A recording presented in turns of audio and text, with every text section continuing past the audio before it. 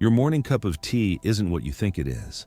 That warm, familiar drink you reach for every day, the one that feels comforting, safe, and part of your routine, might be hiding things you'd never expect. Plastic, pesticides, synthetic chemicals, and ingredients so low quality they barely qualify as tea at all. For weeks, I've been investigating the biggest tea brands in the UK, and what I uncovered was honestly shocking. Today I'm going to share everything with you. The hidden plastics in your tea bags, the pesticides inside your leaves, the artificial chemicals used to make stale tea taste fresh, and the supply chain abuses that your favorite brands never want you to know about. Let's start with number 7, Tetley. For many people, Tetley is the symbol of a classic British brew. But behind that cozy branding lies something they never advertise. Most Tetley tea bags contain plastic, not just the wrapper, but the bag itself. They use polypropylene, a plastic that keeps the bag sealed. As soon as you pour boiling water over it, billions of microplastic and nanoplastic particles break off into your drink.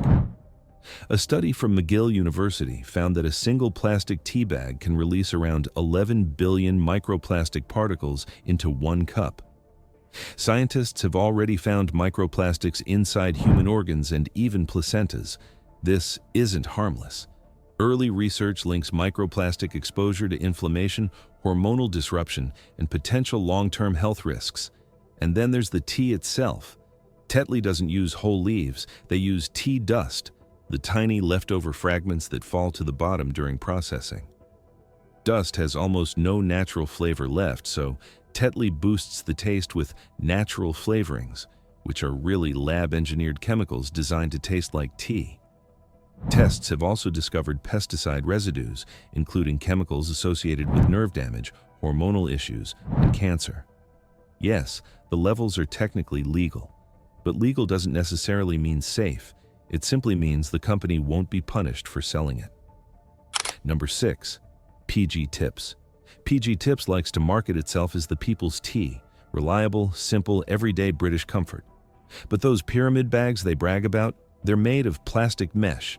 Once again, boiling water releases microplastics into every single cup you drink. PG Tips also claims to use the highest quality parts of the tea plant, but mass sourcing from giant plantations makes that claim meaningless. Their tea comes from the same industrial farms supplying Tetley, often from regions where workers are underpaid, overworked, and exposed to pesticides without proper protection.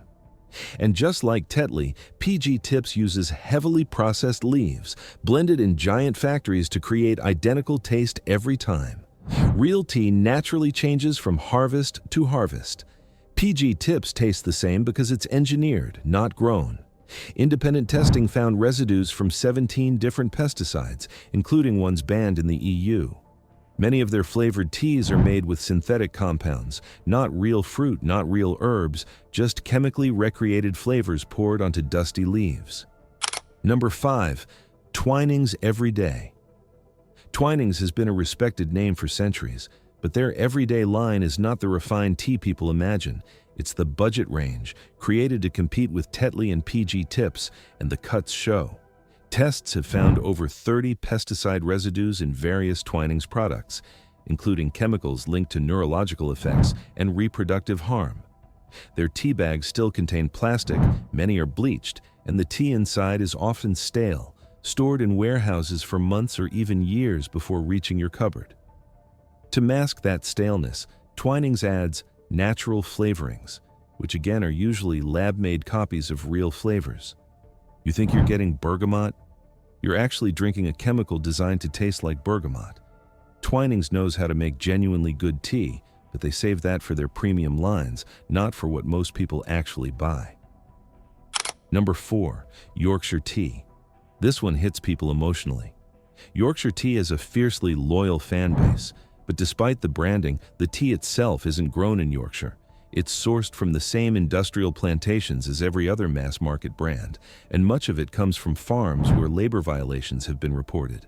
Children being paid pennies, workers handling toxic pesticides with no protective equipment, people working unsafe hours for wages no one could live on. Yorkshire Tea's bags still often include plastic, Their blends rely on dust and broken leaves, mixed and manipulated so the flavor never changes. Real tea varies naturally, but mass-market brands prioritize consistency, even if that means degrading quality. Their popular biscuit brew and other flavored teas are made with synthetic flavorings, not real ingredients. Their decaf teas are processed using chemical solvents. And their hard water blend? It's just stronger, cheaper dust formulated to darken quickly, not improve taste. Number 3. Sainsbury's Red Label.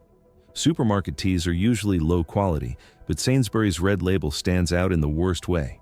It contains extraordinarily fine tea dust, stems, and old leaves, some nearly 2 years past harvest. It also contains higher than average fluoride levels because cheap tea uses old, tough leaves that absorb more fluoride from the soil. Excess fluoride exposure has been linked to skeletal issues and cognitive effects. The tea bags are bleached with chlorine compounds and sealed with plastic. Bleaching can leave behind dioxins, highly toxic compounds that accumulate in your body over time. The tea is stale, flat, and flavorless, which is why many people drown it in sugar or milk just to make it drinkable. You're basically drinking hot, flavored water that offers no actual nutritional benefits. Number 2. ASDA Extra Special Gold. The name Extra Special Gold is marketing theater. The tea inside is barely different from ASDA's budget range. It often contains some of the highest pesticide residues found in UK supermarket teas. The bags release microplastics, and the sourcing is incredibly questionable, with links to plantations known for human rights abuses. The tea itself is extremely weak, intentionally so. You have to use more bags to get a strong cup, which means you buy more boxes, which means ASDA makes more money. The brand uses vague sourcing information to hide the fact they buy from the cheapest suppliers possible, regardless of worker conditions or environmental damage. And number 1, Lipton Yellow Label, the worst tea brand in the UK. Lipton uses the lowest grade tea available on the global market, dust, fannings, and leftover particles that higher quality brands won't touch. Their supply chain is infamous for poor working conditions, pesticide overuse, and lack of oversight. Independent testing by Greenpeace found 34 different pesticides in Lipton teas, including carcinogens and chemicals banned in many countries. Their pyramid bags contain even more plastic than most other brands, releasing enormous amounts of microplastics into every cup. The tea is stale, flat, and chemically flavored to hide how lifeless it really is. The packaging shows lush plantations and smiling workers, but the reality behind Lipton tea is industrial farming, exploitation, and aggressive cost-cutting at the expense of health and ethics. Lipton is the very definition of a tea brand that prioritizes profit over quality, people, and safety. So what should you actually drink? If you want real tea, the kind that's fresh, clean, aromatic, and free from plastic, pesticides, and chemical flavorings, choose loose-leaf tea from independent suppliers. Companies like Rare Tea Company, Jing Tea, and Postcard Teas work directly with small farmers, pay fair wages, avoid harmful chemicals, and focus on quality over mass production. Real tea has complexity, natural sweetness, fresh aroma, and actual health benefits, not the artificial, stale, industrial blends sold by mainstream brands. Have you been drinking any of these teas? Did this surprise you or completely shock you? Let me know in the comments, and make sure to share this with someone who drinks tea every day. They deserve to know what's actually in their cup.